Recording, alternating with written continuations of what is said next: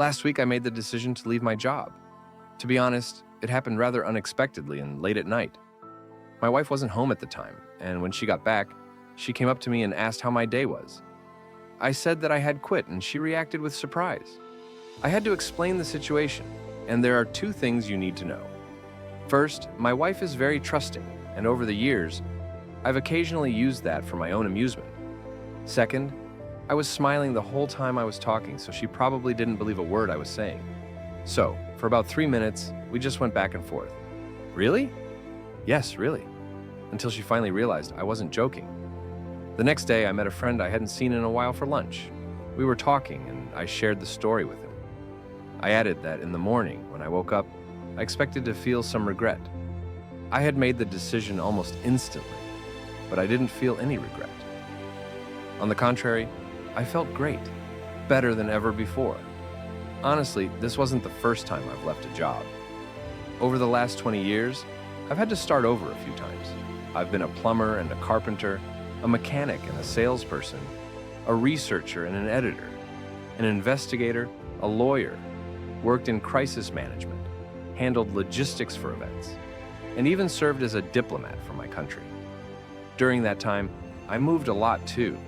Living in 8 different states across the US, I've seen almost all of them, except Alaska. Over the past decade alone, I moved 3 times across continents and learned 3 languages to make it work.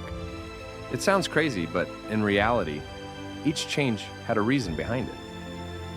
If I had to summarize, I'd say that I have a lot of flaws I've been working on over the years. So, whenever I get a chance to do something new or fix something I didn't do well before, I take it. We moved a lot so I could work on myself.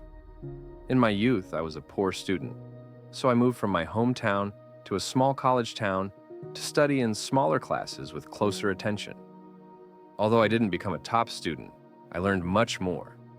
Since then, I worked different jobs until I realized I needed purpose in my life. I didn't know what to do, so I went to law school, where I learned to help people.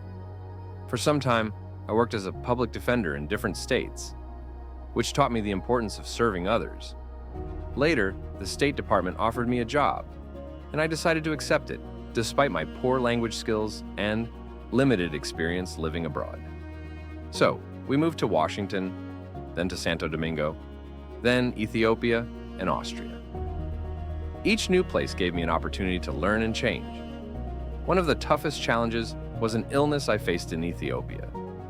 I was sent urgently to South Africa for treatment and spent weeks in the hospital with severe symptoms.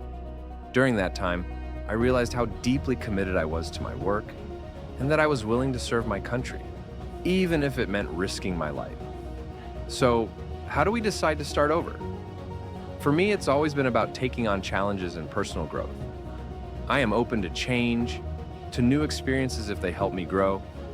The one thing that has always been constant is my family, especially my wife, who has supported me from the start.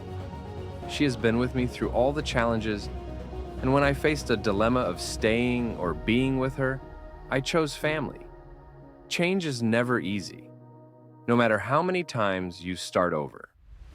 Adapting to a new culture, language, environment, finding new friends, all of it is difficult. But each time, the decision to start again becomes easier, and I feel more confident in that choice. I've realized that for me, the most important things are purpose, meaning, and having loved ones by my side.